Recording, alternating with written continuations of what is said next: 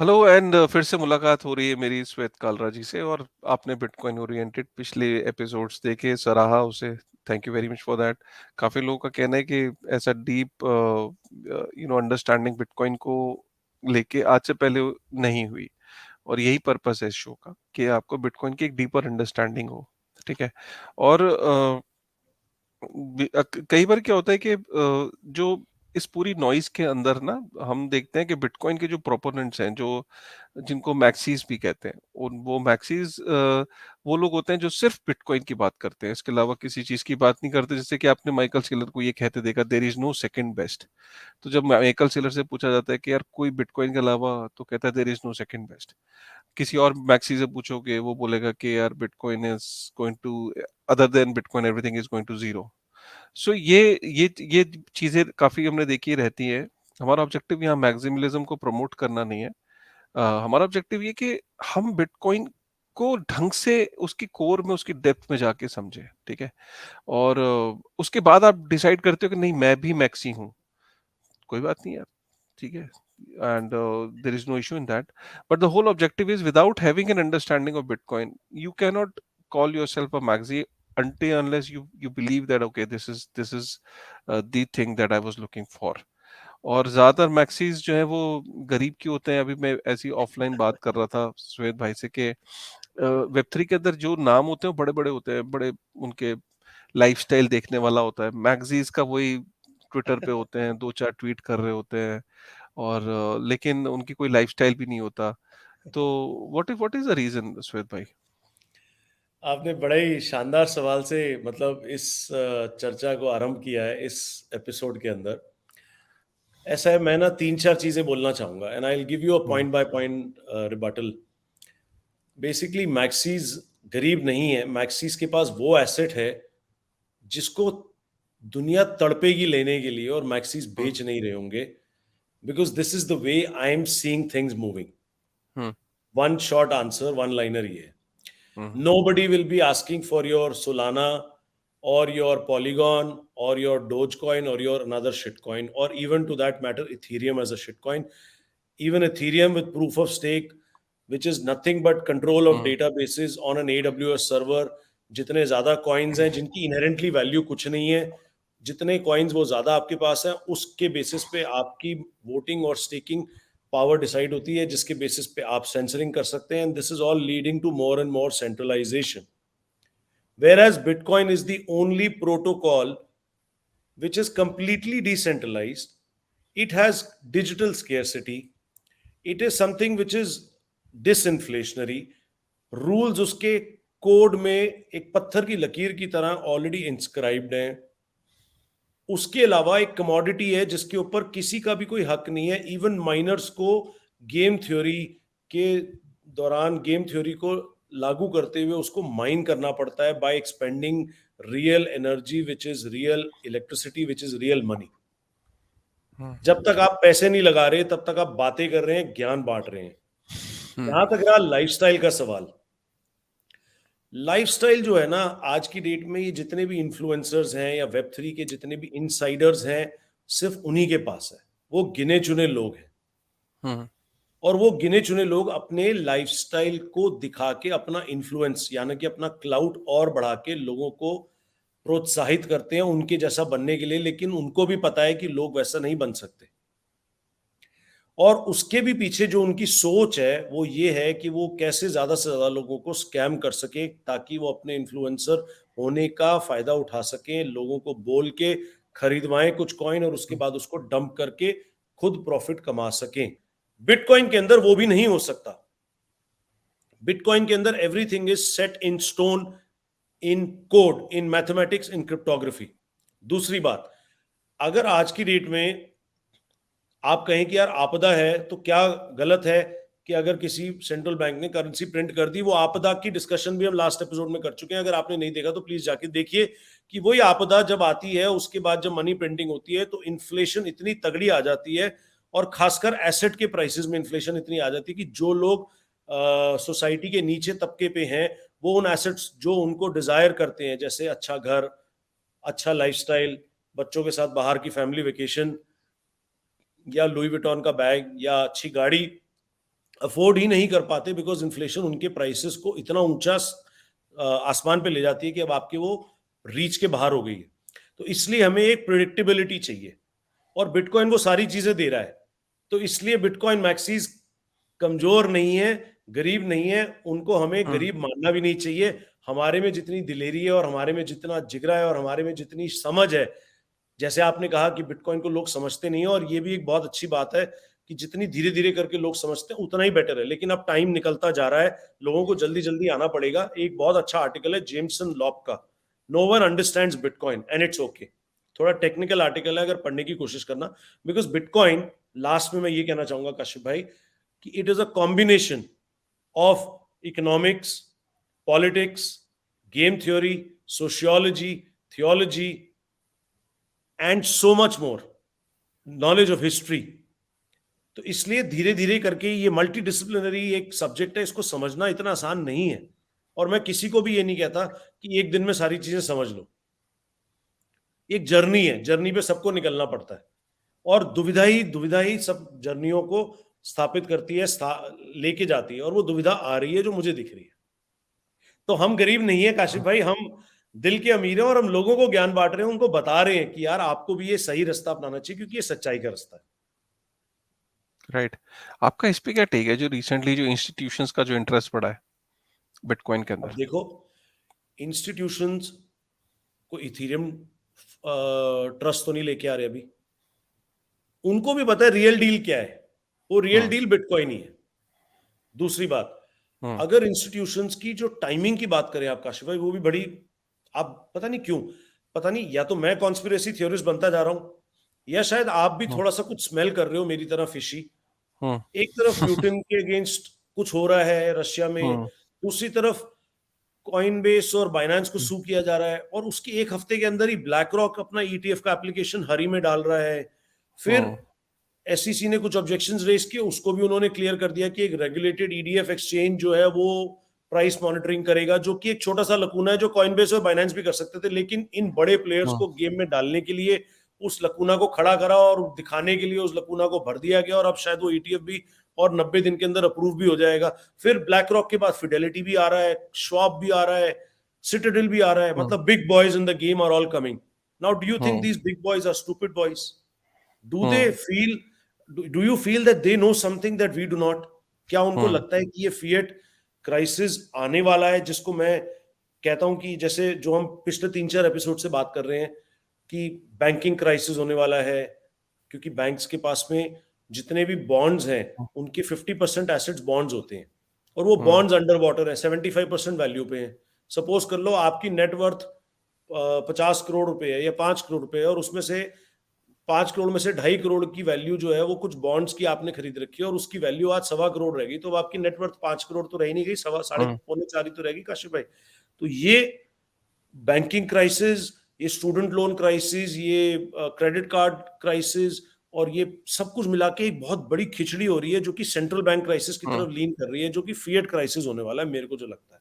हुँ, मैं हो सकता है इस टाइम पे ज्यादा विचार कर रहा हूँ, सोच रहा हूँ, या दिमाग ज्यादा घोड़े दौड़ा रहा हूँ, कुछ भी ना हो, ये भी हो सकता है, और हो भी ना, हम भी चाहेंगे इतनी जल्दी ना हो, बिकॉज जितनी जल्दी ये होगा उतने ज्यादा लोगों को डिस्प्लेस कर देगा in the negative way, and we don't want that. We bitcoiners also want it should be a steady adoption curve. But जिस हिसाब से मुझे लग रहा है, जैसे आप पिछली बार कह रहे थे एपिसोड में कि 2050 तक जाके बिटकॉइन स्टैंडर्ड हुँ, आएगा, और मैं कह रहा था नहीं सर 2033 2034 तक ही आ जाएगा, पर ये इनएविटेबल है।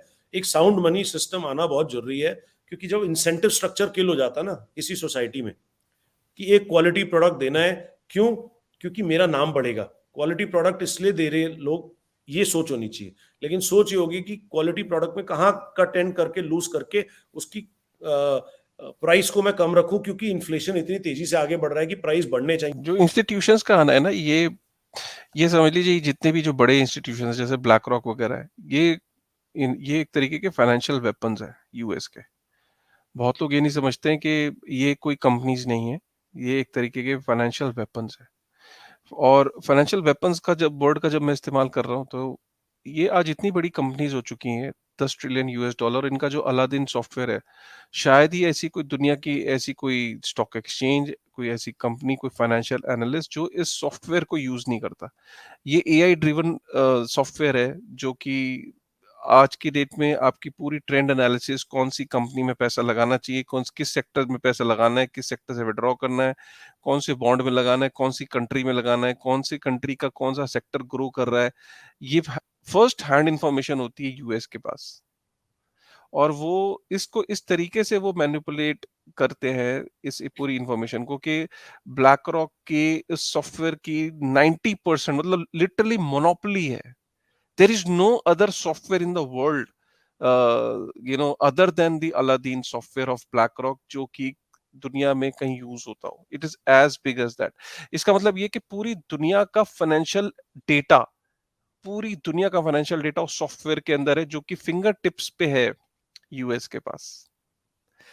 और ऐसा लग रहा है कि जो ब्लैक रॉक जो ईएसजी कंप्लायंट का सबसे बड़ा प्रोपोनेंट है, जो कहता है कि मैं पोल्यूशन ड्रिवन कंपनीज के अंदर इन्वेस्ट नहीं करूंगा, मैं ईएसजी कंप्लायंट कंपनीज जो फॉलो नहीं करेंगे मैं इन्वेस्ट नहीं करूंगा, जो कहता था मैं कार्बन एमिशन जिनका हाई होगा मैं उन उन कंट्रीज में, उन इकोनॉमीज में, उन इंडस्ट्री में, उस कंपनीज में मैं इन्वेस्ट नहीं करूंगा, मैं क्लाइमेट चेंज के सबसे ज्यादा अगेंस्ट में हूं और क्लाइमेट को बैक टू नॉर्मल लाने के हक में हूं, जो ऐसी बातें करता था, वो कह रहा है कि मैं बिटकॉइन को ईटीएफ करूंगा। यार मतलब मजाक है क्या?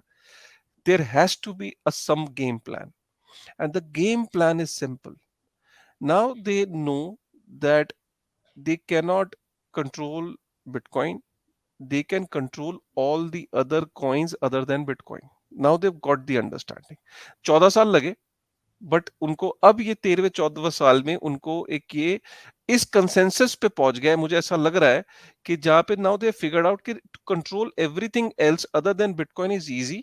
We don't have to put in much of a focus there.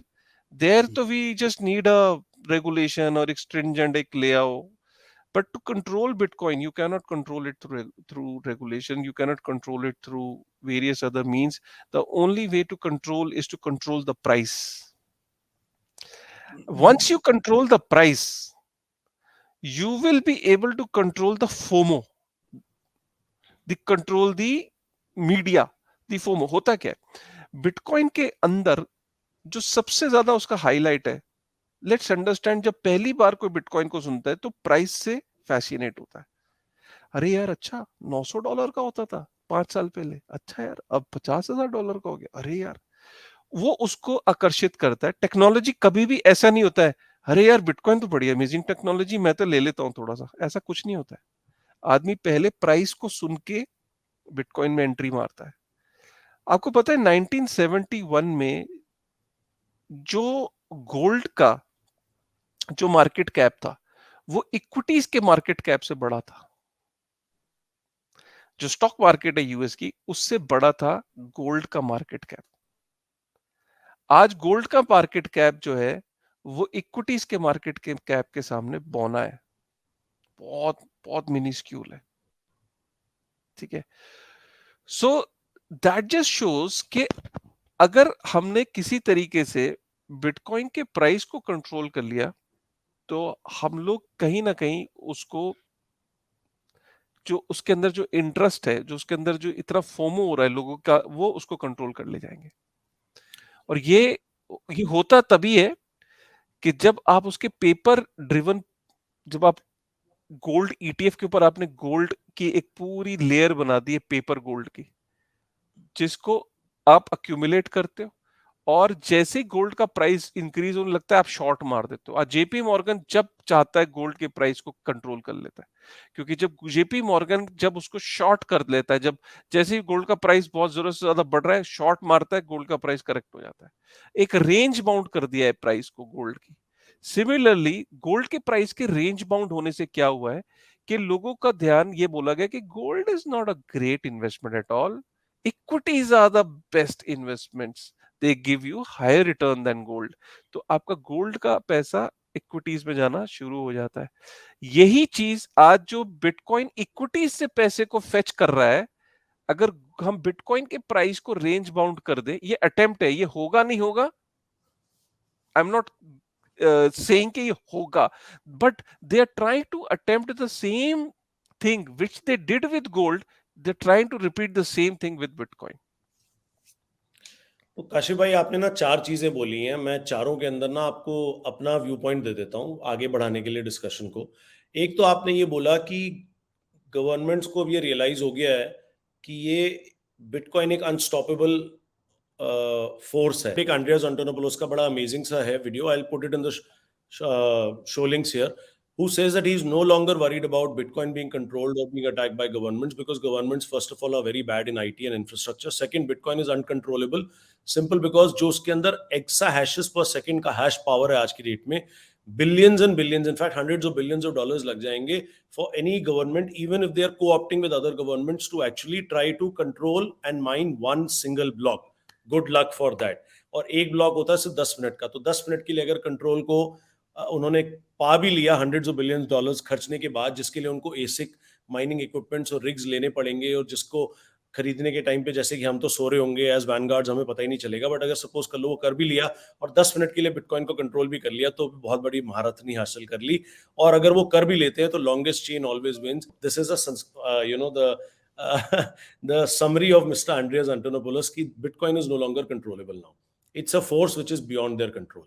दूसरी बात, आपने जैसे ये बात बोली कि अभी हम बात करते हैं ना जैसे trillions of dollars, 10 trillion dollar आपने बोले ब्लैक रॉक का, लोगों को ना समझ नहीं है, ट्रिलियंस का मतलब भी नहीं पता होगा। क्यों? क्योंकि एक ट्रिलियन में 12 जीरोज हैं। 12 जीरोज को ना हम अपने माइंड में कॉन्टेम्पलेट नहीं कर पाते एज ह्यूमन बींग्स। इसका सिंपल तरीका ये है कि अगर आपके पास एक मिलियन डॉलर का कर्जा है और आप उस 1 मिलियन डॉलर को हर रोज अपने 1 मिलियन डॉलर आप पे बैक करना चाहते हो, तो 1 मिलियन डॉलर के लिए तो एक दिन लगेगा। 1 बिलियन डॉलर के लिए सोचो कितना टाइम लगेगा। 1 मिलियन डॉलर आप दे रहे हो ना, तो 1 बिलियन डॉलर के लिए आपको 13 साल लग जाएंगे, और 1 ट्रिलियन डॉलर के लिए 27,000 साल लग जाएंगे। कहने का मतलब ये है कि आज अगर 32 ट्रिलियन डॉलर्स का यूएस के ऊपर कर्जा है, तो उसको पे बैक करने के लिए यूएस को 9,45,000 साल लग जाएंगे। This is the way you have to now calculate. ये कर्जा पे बैक किया नहीं जा सकता, इसमें डेट डिफॉल्ट होगा ही होगा। अब वो चाहे करेंसी इन्फ्लेट करके हो या बेल इन करके हो, दोनों अलग अलग तरीके हैं। We don't want to get into the net, but eventually होगा यही जो मुझे लगता है। मैं एक छोटा सा ब्लॉग भी लिख रहा हूँ काशिफ भाई, जिसके अंदर मैं लिख रहा हूँ कि क्या पॉसिबल सिनेरियोज है, क्या हो सकता है, all you need to know about bitcoin. क्योंकि एक आदमी को एक होता है ना, आगे का दूरदर्शक होना बहुत जरूरी है। मुझे ऐसा लगता है जो नेक्स्ट क्राइसिस होगा ना, इसमें मनी प्रिंटिंग बहुत ज्यादा नहीं होगी, इसमें बेलेंस होंगे, क्योंकि गवर्नमेंट सबसे बड़ा डेटर है, और गवर्नमेंट को फायदा ये होगा कि लोगों का पैसा ही बैंकिंग सिस्टम के अंदर रह जाए। जब बैंकिंग सिस्टम का कोलैप्स आएगा, एक नया डिफ्लेशनरी कोलैप्स आएगा, तो गवर्नमेंट अगेन ब्लेम करेगी गलत तरीके से बैंक को रन करते हैं। अब हमारी सेंट्रल बैंक डिजिटल करेंसी लो, जो कि ब्लॉकचेन पे रन करती है, इसमें अब कोई परेशानी नहीं होगी। आप वैसे भी उसको एक्सेप्ट कर लोगे, बिकॉज आप इंटरनेट पे कोई भी टर्म्स एंड सर्विस पढ़ते तो हो नहीं, हर चीज को तो वैसे एक्सेप्ट कर लेते, तो ये भी करना पड़ेगा। उस सिचुएशन में पहले क्या होगा कि आपके पैसे को ब्लॉक कर दिया जाएगा और बोला जाएगा कि इतने टाइम, अगर आपके सपोज कर लो 10 लाख रुपए, तो 10 लाख रुपए तो चलो आप नई करेंसी में, जो कि सीबीडीसी वाली करेंसी, उसमें एक्सचेंज कर सकते हो। उसके ऊपर अगर आपके पास बैंक अकाउंट में कुछ भी पड़ा है, तो उसके ऊपर एक लिमिट सेट कर दी जाएगी कि आप 90 डेज बाद इतने कर सकते हो, 120 दिन बाद इतने, और 1 साल के अंदर अंदर इतने। और उसके अंदर भी, क्योंकि सीबीडीसी एक कुछ नहीं है, प्राइवेट डेटाबेस पे चलती हुई एक प्राइवेट करेंसी है, जो कि आरबीआई इशू कर रही है, और उनके डेटाबेस पे ही है। दे कैन मॉनिटर कि हाँ भाई, आपकी आज की डेट में आप सरकार के अगेंस्ट बोलते हो, आप बड़े ही मतलब कहते हैं ना कंट्रोवर्शियल आदमी हो, या आप बड़े डोसाइल आदमी हो। अगर डोसाइल हो तो ठीक है, अभी 15 दिन हो गए, अब आप अपने $10,000 और निकाल लो, या 10 लाख रुपए और निकाल लो। अगर नहीं, तो 90 दिन बाद में भी काशिफ जी को और सुमित कालरा को बोल देंगे कि भैया वैसे हम है नहीं ऐसे। हम तो कहेंगे ठीक है, जैसे आपका मन हो बोलो, लेकिन कहने का मतलब यह है कि अगर आप डोसाइल नहीं हो, अगर आप लोगों को भड़का रहे हो, तो this is the way I see, this is how things are going to eventually turn out, in my opinion, which will, उसका प्रेसिडेंट भी है, बेल इन साइप्रस में भी हुआ है, लोगों के पैसे जब्त हो गए थे। एनीवेज, थर्ड पॉइंट जो था ना आपका काशिफ भाई, वो ये था कि ब्लैक रॉक, अलादीन सॉफ्टवेयर, मैं मानता हूं ये इतनी बड़ी ऑर्गेनाइजेशंस हैं और इतना कुछ कंट्रोल करती हैं, लेकिन काशिफ भाई एक चीज को आपको भी देखना पड़ेगा कि बिटकॉइन ना इजीली ट्रांसपोर्टेबल है थ्रू टाइम एंड स्पेस, जो गोल्ड नहीं है। Gold can be transported through time very well. It does not lose its purchasing power, but it cannot be transported very well through space. एक बात बहुत जरूरी है काशिफ भाई, वो ये है कि bitcoin is not like gold. Bitcoin के अंदर एक extra monetary premium, it's a pure monetary asset, it is transportable through time and space, and it's easier to self custody. कहने का मतलब ये है कि गोल्ड अगर आपने आज मेरे से बोला, चलो सुमित भाई आप मुझे 1 किलो गोल्ड कहीं से खरीद के भेज दो, तो चलो 1 किलो गोल्ड तो मैं खुद भी लेके आ जाऊंगा घर, लेकिन सरकारों के बीच में टनों में गोल्ड होता है, वो ट्रांसपोर्ट करना ही इतना बड़ा चैलेंज है। या अगर आज आपको आप अपनी कंट्री को छोड़ के जाना हो, तो आप क्या 2 किलो गोल्ड, क्या 500 ग्राम भी गोल्ड लेके जा सकते हो इंडिया से एयरपोर्ट से? नहीं जा सकते। Whereas Bitcoin is easily transportable. All you need to remember is 12 words in your mind in the right chronological order. And you can carry with you together your monetary energy, which is your life's work, which is your uh, real money, anywhere in the world, just by remembering 12 words in the right chronological order. तो कहने का मतलब ये है कि पहली बात तो bitcoin is easily is easily transportable through time and space. Second, जो आपने बात बोली कि ब्लैक रॉक जो है, उन्होंने अभी जो फाइल किया एप्लीकेशन, वो स्पॉट बिटकॉइन ईटीएफ की है। तो स्पॉट मार्केट्स को इतनी जल्दी मैनिपुलेट करना आसान नहीं है, because bitcoin can be always taken into self custody. आज अगर आप किसी एक्सचेंज पे छोड़ रहे हो, या ईटीएफ के अंदर आपने स्पॉट के अंदर एक बाय ऑर्डर डाल दिया, और वो ईटीएफ के अंदर बहुत सारे बाय ऑर्डर्स आ गए, और वो ईटीएफ का रेट बढ़ता गया, विच मीन्स कि बिटकॉइन का रेट बढ़ता गया। और अगर वो बिटकॉइन जो बाकी लोगों के हैं जो एक्सचेंज पे पड़े हैं, अगर उन्होंने अपनी सेल्फ कस्टडी में ले लिए, तो ब्लैक रॉक को उतने ही बिटकॉइन जाके एक्सचेंज पे जेन्युइनली डॉलर देके खरीदने पड़ेंगे, क्योंकि वो स्पॉट बिटकॉइन ईटीएफ है। अगर वो फ्यूचर्स होता तो फिर तो वो मैनिपुलेट बहुत इजीली कर सकते हैं, लेकिन ये स्पॉट बिटकॉइन ईटीएफ, तो मुझे लगता है कि झोल तो आपकी और मेरी सोच से भी बड़ा है काशिफ भाई। हाँ, नहीं, ये इधर इस बात को मैं बड़ा कर देता हूँ आप ही की बात को। देखिए, अभी इमीडिएटली एसईसी ने फ्यूचर्स ईटीएफ अप्रूव करा कल। जी। और आपको पता है कि फ्यूचर्स ईटीएफ कोई पहली बार अप्रूव नहीं है, सीएमई का पहले ही एक फ्यूचर्स प्रोडक्ट है बिटकॉइन पे। आपको याद होगा जब बिटकॉइन 2017 में $20,000 गया था, वही टाइम था जब आपका फ्यूचर्स मार्केट भी बिटकॉइन की ओपन की गई थी, और तब से वो एकदम 20,000 से क्रैश करके उसे वापस 3,000 पे लाया था। वो कोइंसिडेंस करेक्ट। नहीं था, वो गेम प्लान था। उससे करेक्ट। आज तक उभर नहीं पाए थे। अब ये जो न्यू ऑल टाइम हाई बना, अब इसमें आपकी बात को बड़ा कर रहा हूँ, आपने बहुत अच्छा पॉइंट बोला, उसी उससे मैं लोगों को, क्योंकि लोग डर जाते हैं कि भाई क्या इसका मतलब बिटकॉइन के प्राइस को भी हम एक ये रेंज बाउंड कर देंगे, या जो गोल्ड के साथ किया है। देखो, शॉर्ट टर्म में जो शॉर्ट रेंज है उसमें नहीं होगा। शॉर्ट रेंज में तो जब जितना पैसा ईटीएफ के अंदर जाएगा उतना पैसे वो बाय करना पड़ेगा। शुरू में तो ये दिखाएंगे कि जितना हमने ईटीएफ, जितना सपोज करो मेरे पास अगर ईटीएफ 500 बिलियन यूएस डॉलर आए, तो 500 बिलियन यूएस डॉलर का मुझे बिटकॉइन ब्लैक रॉक को कॉइन बेस की कस्टडी में रखना पड़ेगा। क्लियर हो गया? क्योंकि इसमें कस्टोडियन कॉइन बेस है।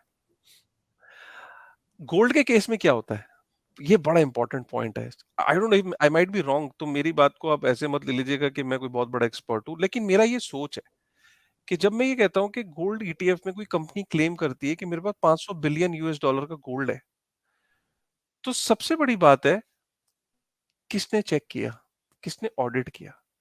ऑडिट करने वाली कंपनी अगर करप्ट हो जाए और वो बोल दे कि हाँ इनके पास गोल्ड है, तो है, पेपर पे तो है, लेकिन एक्चुअल में मेरे पास टंगस्टन है, मेरे पास गोल्ड की प्लेटिंग के अंदर टंगस्टन है, जो कि ऑडिट कंपनी ने कर दिया, उसने अच्छे से ऑडिट नहीं करा, या उसने करप्ट हो गई और उसने मेरे मेरे ऑडिट कर दिया। अभी बहुत सारे ऐसे केस हैं, आप गूगल कर लीजिए कि चाइना के अंदर कई सेंट्रल बैंक्स के अंदर ये पाया गया, जब उसका ऑडिट हुआ तो देखा गया कि यार गोल्ड जो है वो जेन्युइन उतना था ही नहीं, या क्वालिटी वैसी नहीं थी, या उस क्वालिटी के अंदर इश्यूज पाए गए। सेंट्रल बैंक्स या बैंक्स के पास भी गोल्ड जो है उसके अंदर इश्यूज पाए गए। आप गूगल कर लीजिए, ऐसे बतेरे आर्टिकल है। इससे क्या होता है कि गोल्ड कितना बैकिंग में किसके पास है उसको वेरीफाई करना बहुत मुश्किल होता है। और जब कोई कंपनी उसके बेसिस पे ईटीएफ लॉन्च करती है, मतलब सपोज करिए नीचे फेक गोल्ड है और फेक गोल्ड के ऊपर एक जेन्युइन ईटीएफ लॉन्च करा, तो जो ईटीएफ है वो ट्रेड हो रहा है, लेकिन मार्केट में गोल्ड एक्चुअल में मूव नहीं हो रहा है, नीचे फेक है। बिटकॉइन की खूबी समझिए क्या है। बिटकॉइन को जब ब्लैक रॉक बोलता है कि मेरे पास 500 बिलियन यूएस डॉलर का बिटकॉइन है कॉइन बेस के पास, तो वो एक्चुअल में एक्सचेंजेस से मूव होता दिखेगा वो वॉल्यूम। हाँ, और कॉइन ब्लॉकचेन के पे है ना, सब वो ट्रांसपेरेंट है, करेक्ट। ब्लॉकचेन पे है। आप फेक बिटकॉइन जनरेट नहीं कर सकते यहाँ पे। Correct. It is not possible. So even if they will try to bring it in the range of similar to gold, they might not be able to do that because they might not be able to produce fake Bitcoin. Gold की क्या है कि gold एक scarce asset है, not scarce, sorry, rare है. So there is a difference between rarity and scarcity. So आप जब gold gold को जब आप सप्लाई फेक गोल्ड की सप्लाई करके ऊपर ईटीएफ लॉन्च करते हो, तो मार्केट के अंदर आपने एक्स्ट्रा गोल्ड जब सप्लाई किया, तो आपने क्या करा, उसकी प्राइस को सप्रेस किया. लेकिन बिटकॉइन के केस में अगर इंस्टीट्यूशंस 500 बिलियन यूएस डॉलर डाल दें आज की डेट में, एक कंपनी जिसका नाम माइक्रो स्ट्रेटेजी है, वो 4.5 बिलियन यूएस डॉलर की मार्केट कैप है उसकी बिटकॉइन की. सोचिए कि अगर ऐसी 10 कंपनी आ गई तो 45 बिलियन तो ऐसी हो गया, और ऐसी 100 कंपनी आ गई तो 450 बिलियन हो गया. तो कोई रॉकेट साइंस नहीं है. 400 450 बिलियन अगर बिटकॉइन के अंदर आ गया ईटीएफ के थ्रू, तो क्या होगा. सो बेसिकली वो ईटीएफ के एक शॉर्ट रेंज में आपको प्राइस स्पाइक दिखेगा, लॉन्ग रेंज में will try to consolidate that price. But जो मैं आपको बात बताना चाह रहा हूं, ये अटेम्प्ट अल्टीमेटली फेल हो जाएगी, बिकॉज श्वेत कालानी ने बहुत बिल्कुल सही बात बोली कि it is not possible in in in case of bitcoin, but in case of gold it is very much possible. और यही आपको कारण है कि सेलेबिलिटी नहीं मिली गोल्ड की। आज हम गोल्ड का प्राइस देखते हैं ना, एक रेंज के अंदर ही तो आप बढ़ता हुआ देखते हो. अगर आप उसकी एक फिक्स्ड है उसका एवरेज रिटर्न, अगर आप गोल्ड का देखोगे फिक्स्ड एक रेंज बाउंड इंक्रीज है. क्या दुनिया में क्राइसिस क्या दुनिया में क्राइसिस रेंज बाउंड है? श्वेत जी मेरा इसका आंसर देना. क्या दुनिया में क्राइसिस रेंज बाउंड हुए हैं? नहीं. दुनिया में क्राइसिस तो ऊपर नीचे हुए हैं ऐसे, लेकिन गोल्ड टक टक टक टक, मतलब स्टेप बाय स्टेप, एक जैसे कोई उसको जैसे उसको उसको मर्जी से बढ़ा रहा हो.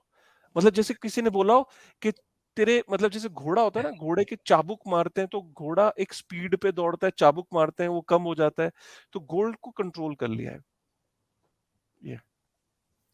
नहीं, अगेन बात वही आ रही है कि बिटकॉइन के अंदर सेलेबिलिटी है जो गोल्ड में नहीं है। Saleability across time and space Bitcoin में एग्जिस्ट करती है, गोल्ड में सिर्फ सेलेबिलिटी अक्रॉस टाइम है, अक्रॉस स्पेस नहीं है। Movement of gold is a very expensive affair, that's why people are able to manipulate the gold's price through paper gold, through ETFs, through whatever. But this is a story yet to be played out. लेकिन बात again करनी पड़ेगी उसी बारे में कि यार why only Bitcoin will succeed and everything else will fail. Shitcoins will fail, gold will fail or has already failed, and the fiat currencies will fail. और इसके लिए ना अगर आप सबसे अच्छा रिसोर्स ढूंढना चाहते हैं ना, तो सबसे पहले तो दो किताबें पढ़ लीजिए. एक है the Bitcoin standard by Saifedean Ammous और एक है the fiat standard by Saifedean Ammous. दोनों सेम ऑथर की हैं, दोनों अमेजॉन पे अवेलेबल हैं. बिलीव मी, आपका पर्सपेक्टिव ही चेंज हो जाएगा. इसलिए चेंज हो जाएगा बिकॉज आप हर चीज को ना माइंड में कोरिलेट करना शुरू हो जाओगे और आपके माइंड की इतनी क्लैरिटी आ जाएगी, जैसे ऊपर वाले ने आके मार्गदर्शन दे दिया कि हाँ जी यही रास्ता ठीक है. उससे आपकी माइंड को इतनी क्लैरिटी मिल जाएगी. लेकिन अगर उसके बाद में भी नहीं मिलती या उसकी तरफ चलने के लिए अगर हम कुछ योगदान दे सके तो हम दे देते हैं, और वो योगदान ये है. अगेन बात वहीं आ जाती है कि जितने भी क्रिप्टो के बाकी टोकन्स हैं, एक तो उनकी स्टेबिलिटी कहीं नहीं है, ना मॉनेटरी पॉलिसी फिक्स्ड है, यही नहीं पता कि टोकन्स कितने हैं कईयों में, और हैं भी तो क्या वो उतने ही रहेंगे. फिर उनके पास में डेवलपमेंट टीम्स हैं जिनके पास बड़ी एलोकेशंस हैं. वो डेवलपमेंट टीम्स के पास एडमिन कीज हैं जिससे वो कोड पुश कर सकते हैं. दैट मीन्स कि अगर कहीं कोई बग आ गया तो उस कोड को चेंज करके उस बग को हटा सकते हैं. बिटकॉइन के अंदर अगर कोई बग भी है ना, और जो था 2011 में और 2013 में भी था, अगर आप मास्टरिंग बिटकॉइन बाय आंड्रियास एंटोनोपोलोस पढ़ेंगे, जिस ऑथर की मैं बात भी कर रहा था, तो उन्होंने भी बताया. लेकिन उस टाइम पे भी कंसेंसस के थ्रू ही काम हो पाया. ये नहीं कि छुपे छुपे काशिफ भाई मेरे कानों में बोलने आए, अरे सुविध भाई तुम तो डेवलपर हो, फटाफट से ये बग ढूंढ के, मैंने ढूंढा है, मैं डेवलपर हूं, तुम इसको निकाल दो, नहीं तो तुम्हारे मिलियंस या मिलियंस चले जाएंगे और तुम्हारी टीम भी कंगली हो जाएगी, क्योंकि तुम्हारी टीम का पूरा पोर्टफोलियो इसी टोकन में. तो मैंने भी चुपचाप से वो चेंजेस कमिट करके गिटहब पे डाल दिए और उस कोड को पैच कर दिया. ऐसा नहीं है. Bitcoin is completely anti fragile because it is been subject to all kinds of torture, and because it is completely decentralised. उसके अंदर हर चीज के अंदर कंसेंसस लाने में टाइम लगता है. हमारी मियाँ बीवी की आपस में नहीं बन पाती, और आप जो सुनने वाले हैं वो तो मेरी बीवी भी नहीं है कि मेरी आपसे बने, तो आप सोच सकते हो कि करोड़ों लोग जो बिटकॉइन आज यूज कर रहे हैं, और जो लाखों लोग जो बिटकॉइन के माइनिंग कर रहे हैं, और जो हजारों लोग जो बिटकॉइन के नोड्स रन कर रहे हैं, उनकी आपस में बन सकती है? नहीं बन सकती। And that is the true beauty of decentralisation. किसी की किसी से नहीं बनती। Don't trust verify is what the mantra of bitcoiners is. लेकिन everything still works, and everything still works because everything is set in stone, and it is all mathematics and cryptography and code. बाकी जितने भी coins हैं उनके अंदर या तो, जैसे मैंने बताया, डेवलपमेंट टीम्स हैं, या फिर वीसीज हैं पीछे जो फंडिंग देते हैं। वीसीज फंडिंग कैसी दे देते हैं? उनको पैसे नहीं चाहिए, उनको कमाने नहीं है। उनको कमाने हैं तो इसलिए उनको टोकन चाहिए। टोकन मिलते हैं तो वो उसकी पीआर कैंपेन चलाते हैं, फिर वो बाकी के पीआर इन्फ्लुएंसर्स को हायर करते हैं, और वो इन्फ्लुएंसर्स आगे आप लोगों तक पहुंचाते हैं, और फिर वो इन्फ्लुएंसर्स के आप लोग जो है वो एग्जिट लिक्विडिटी बन जाते हैं। जब वो बड़ी हो जाती है प्रोजेक्ट, तो वो टीम उस टोकन को आप ही पे डंप करके निकल लेती है। बिटकॉइन में ऐसा कुछ नहीं है। बिटकॉइन बड़ा सिंपल है। Tick tock next block, 10 minute में ब्लॉक खड़ा होना है, बनना है, बनना है। डिफिकल्टी एडजस्टमेंट एक और बहुत बड़ा पॉइंट है बिटकॉइन का, जो किसी प्रोटोकॉल में नहीं है। और बिटकॉइन में अगर आप देखो ना, कोई सेंडर नहीं है, कोई रिसीवर नहीं है, कोई एड्रेस नहीं है, कोई बैलेंस नहीं है।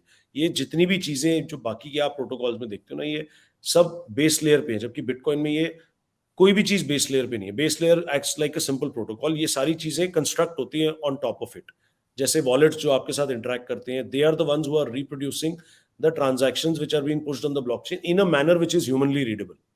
And thus there are any many UTXO model है, उसका अकाउंट मॉडल भी नहीं। और मेन बात, जो ये प्रूफ ऑफ वर्क है ना, इसको आप, चलो मैं कहता हूँ, माइनर्स को नैश इक्विलिब्रियम करके देखना पड़ता है, फ्री मार्केट की तरह, कि मैं पैसे लगाऊं नहीं लगाऊं। फ्री मार्केट एवरीथिंग सेटल कर देती है।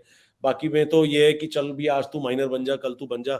लेकिन बिटकॉइन में everything is completely transparent on the blockchain, and everything is running like a free market, and the free market settles everything. लेकिन मैं कहता हूँ सारी चीजें भी भूल जाए ना, सिंपल चीज है, आप पैसे लगा के पैसे ही कमा सकते हैं ना। ये चीज तो हम बड़े बुजुर्ग भी हमें समझाते हैं। बिटकॉइन में माइनर्स compete करते हैं to solve computational issues which are cryptographic puzzles. उसको सॉल्व करने के लिए उनको इलेक्ट्रिसिटी खर्चनी पड़ती है, जो कि रियल एनर्जी है, जो कि रियल पैसा है। बाकियों में तो क्या है, बिट्स हैं डेटाबेस के।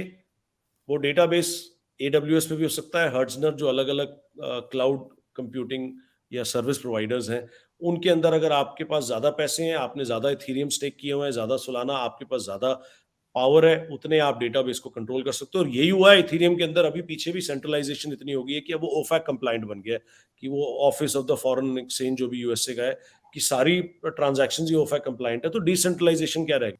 तो अल्टीमेटली मुझे ये लगता है कि ये बेस लेयर पे एज अ प्रोटोकॉल रन होना चाहिए, not as a blockchain. Blockchain जो है ना, वो रियल इनोवेशन नहीं है। Bitcoin is the real innovation.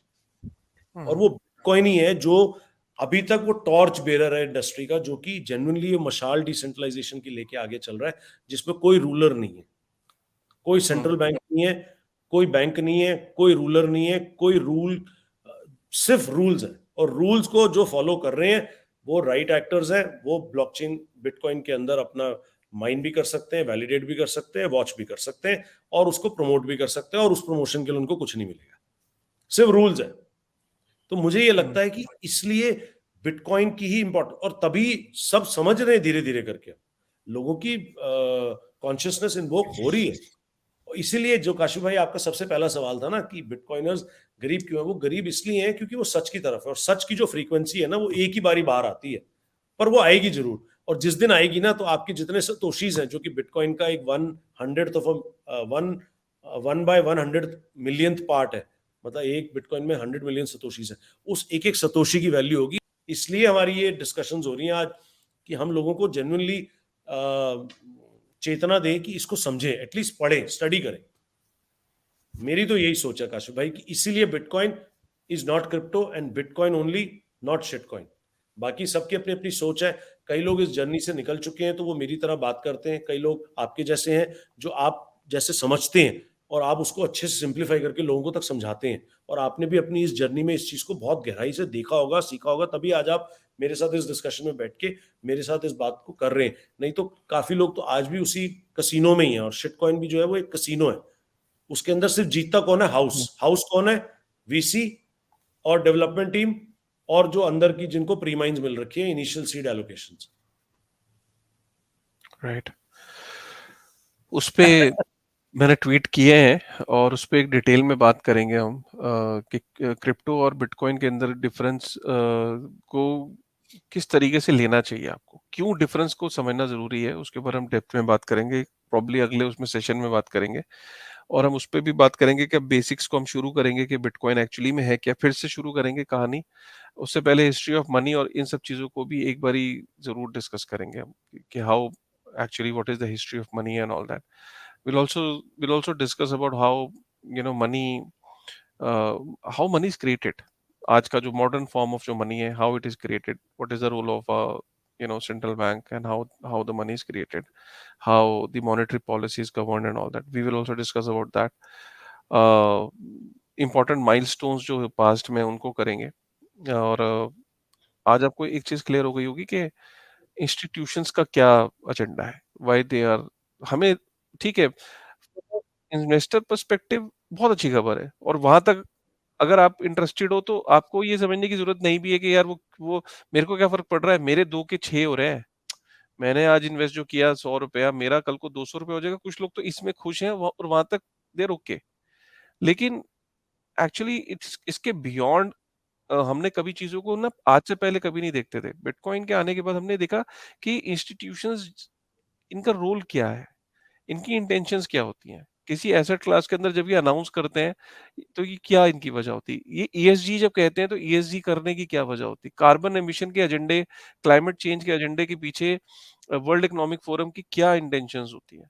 ठीक है, क्यों अचानक उनको चाइना और इंडिया पे ही जब उनकी इकोनॉमीज बढ़ने लग गई तो इनको ये एमिशंस याद आने लगे, जब खुद बर्बादी कर रहे थे पर्यावरण की तब उनको ये चीजें याद नहीं आती। तब कोई कानून क्यों नहीं था। जब पूरी दुनिया के अंदर अपनी अपनी इकोनॉमी को 30 ट्रिलियन कर लिया और भारत की इकोनॉमी जब 3 ट्रिलियन हुई तो उस पे उँगलियां उठाने लग गए कि भैया हमारी तो 30 ट्रिलियन हो गई, ये 3 ट्रिलियन वाले को 3 ही रहने देना। ये अगर 10 ट्रिलियन से ऊपर चला गया तो भैया बड़ी दिक्कत हो जाएगी हमारे लिए। तो चलो ईएसजी ले आओ, कार्बन एमिशन ले आओ, ये ले आओ। तो इन सब चीज़ों पे भी हम फ्यूचर में डिस्कस करेंगे। डेफिनेटली नेक्स्ट वीक में कार्बन एमिशंस के बारे में भी बात करते हैं, और इससे डेफिनेटली। रिलेटेड क्या चीजें हो रही हैं वर्ल्ड में, क्या, और जो क्रिस्टीन लगार्ड मैडम कह रही हैं कि climate change is causing inflation, इसके बारे में भी बात करते हैं। जी, जी, जी। बिल्कुल करेंगे, डेफिनेटली। चलिए। ठीक है जी। इनफैक्ट वर्ल्ड इकोनॉमिक फोरम के बारे में भी चर्चा करेंगे। ठीक है? डन है, डन है काशिफ भाई। Take care. चलो, ओके, ठीक है। Thank you.